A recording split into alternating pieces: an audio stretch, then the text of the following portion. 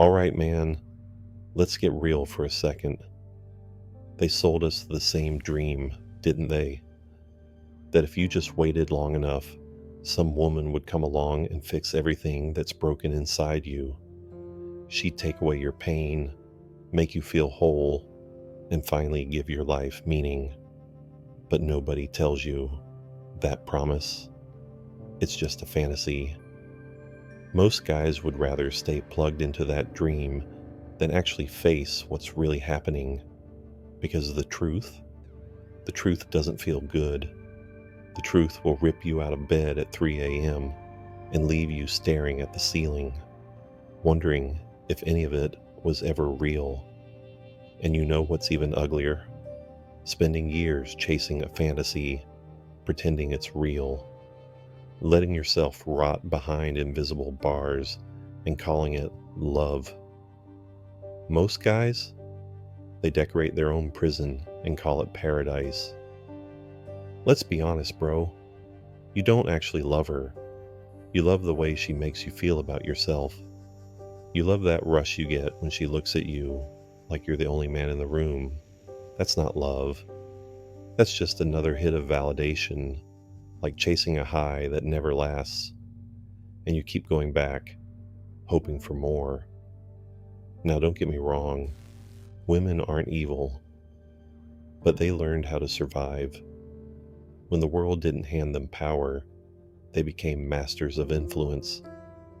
They never got the easy path, so they studied the rules, memorized the game, and got damn good at playing from the shadows. It's not manipulation, it's survival. You see her being sweet, gentle, maybe even shy. Don't confuse it for innocence. That's skill. That's years of learning how to read people, adapt, and stay one step ahead. While you're out here wearing your heart on your sleeve, thinking honesty will win her over, she's quietly observing, picking up every detail, storing it for later. She knows. The real power isn't in making moves, it's in reading yours before you even make them. But what about you? You grew up being told to put her on a pedestal, to ignore every red flag, to believe she's different, special, pure. Those masks she wears, they work because you desperately want them to. Nietzsche didn't expose women to blame them. He exposed men for lying to themselves. As long as you believe she's some innocent angel, as long as you believe her love is pure and without agenda, you'll keep handing over your power and calling it romance. So, you want the red pill? Here it is. What you call love is just a beautifully packaged illusion designed to keep you obedient. And deep down, you like it. Because it's easier than facing the emptiness you're carrying around. Wake up, brother. This is where it starts. Listen, brother. They never gave women the sword, so they learned to fight with the shadows. You think she's soft because she smiles. You call her gentle because she listens. Come on. That's the oldest trick in the book. While you were out there trying to conquer the world, she was mastering the art of subtlety. She learned to win without raising her voice. She learned to get what she wanted, not by force, but by reading every word, every silence, every move you made. And you wanted to believe she was pure, right? You looked at her and saw an angel. You thought her tenderness was real. But that wasn't innocence. That was adaptation. That was power, refined until it was invisible. Here's where most men get played. You confuse adaptability for fragility. You confuse patience for submission. You see her as delicate when really she's just 3 steps ahead. The truth? She's running the game, not out of malice, not because she hates you, but because this is how she survived for generations. She learned to influence from the shadows while you were busy chasing fairy tales. You keep putting her on a pedestal, telling yourself she's better than you, that her affection is pure, that her motives are spotless. But all that does is make you blind to reality. Nietzsche didn't expose women to tear them down. He tore down the stories men tell themselves about women. As long as you keep worshiping her, you're surrendering your power for a taste of emotional safety, and she'll take it. Not because she's the villain, but because that's how the game was set up.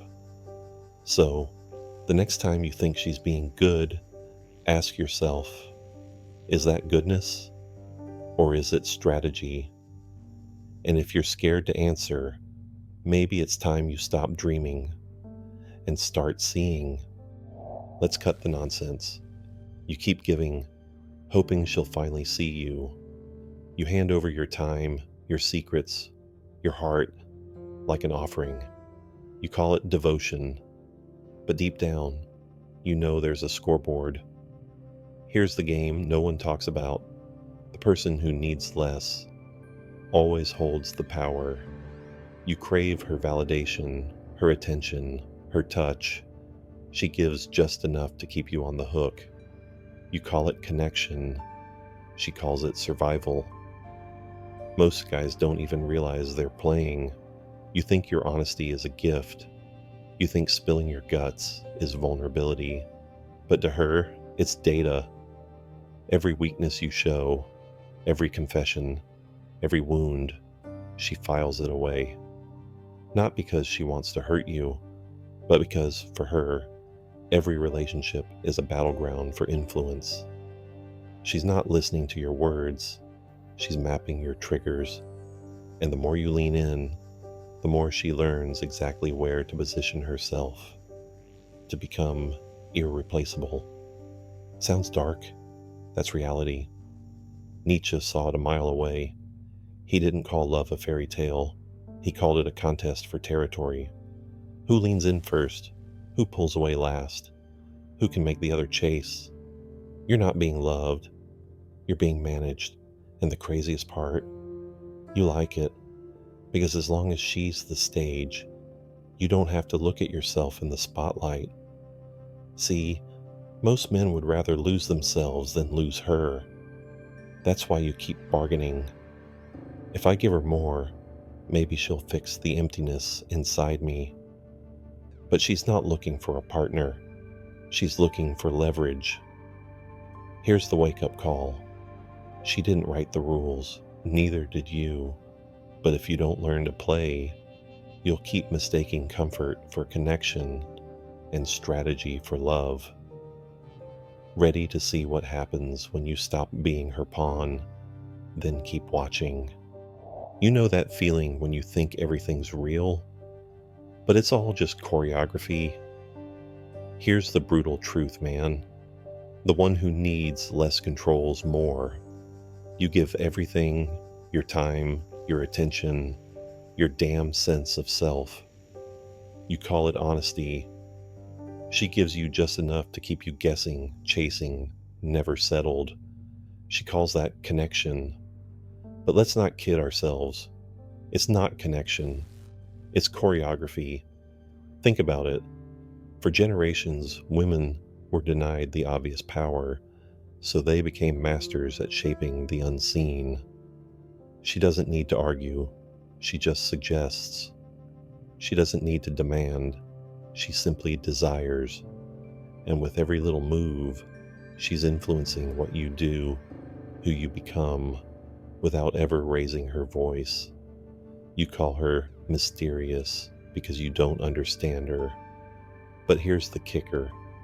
You never tried to understand yourself either. You bought the myth that love is about unity, about two souls merging. She knows the truth. Love is about leverage. You ever wonder why her pulling away haunts you so much? It's not because you miss her. It's because your sense of self was built around her presence. When she leaves, your reflection goes with her. It's not heartbreak. It's withdrawal from a drug you didn't know you were addicted to.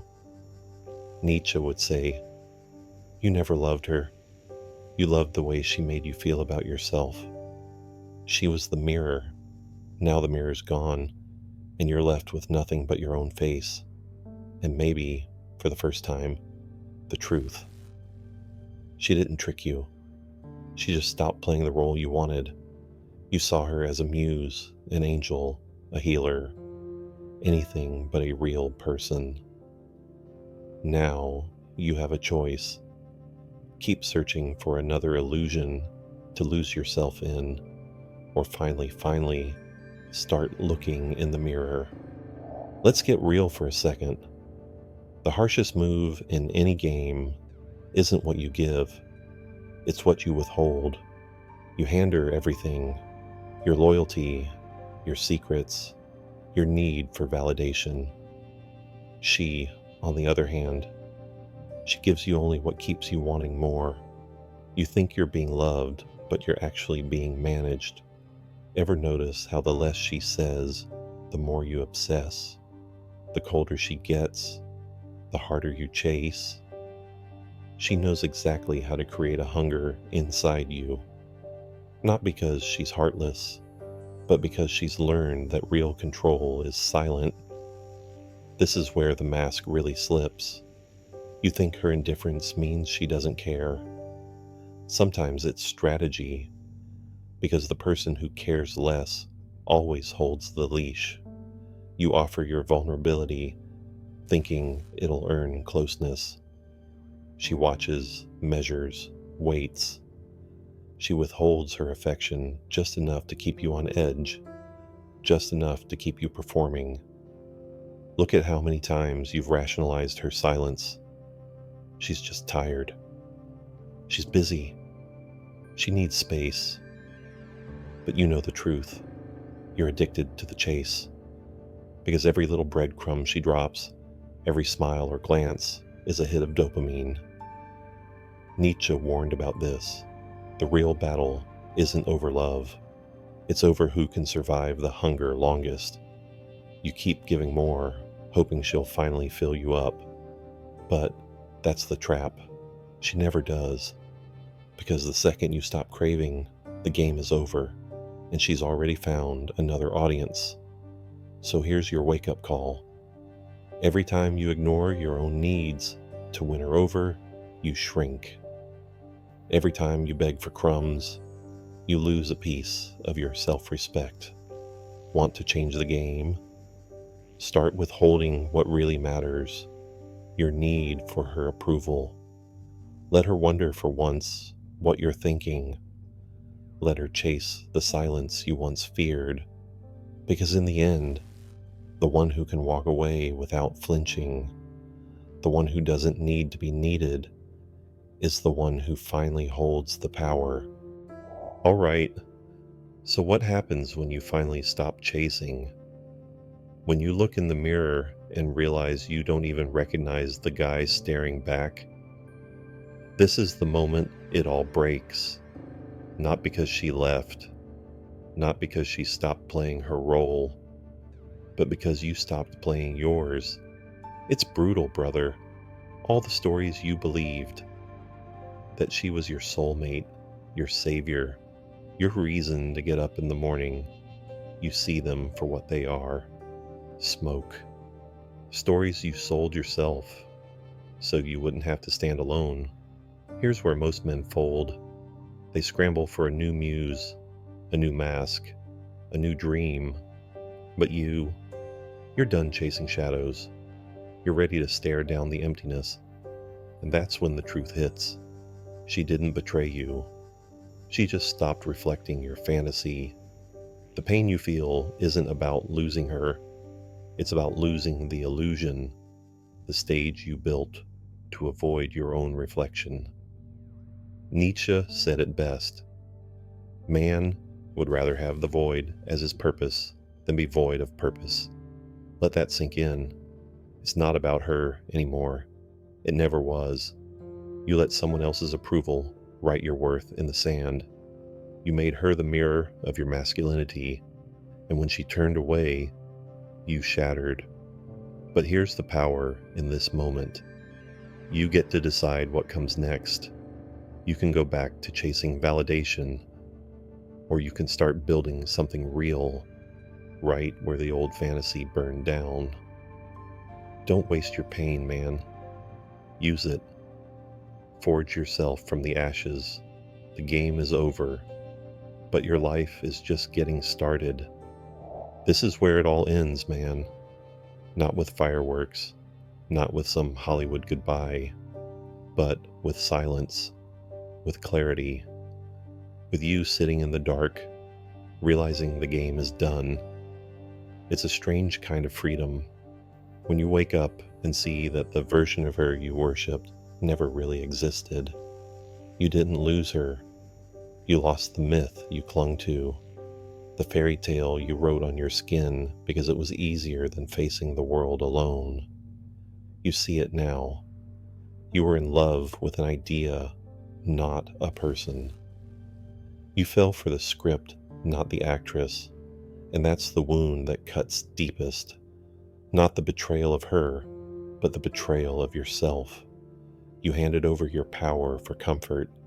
You surrendered your agency for a taste of certainty. But here's the twist. When the illusion dies, you get to live. You get to rebuild from the ashes of what you thought love was supposed to be. You're not a victim. You're not broken. You're just awake. You know what most guys do?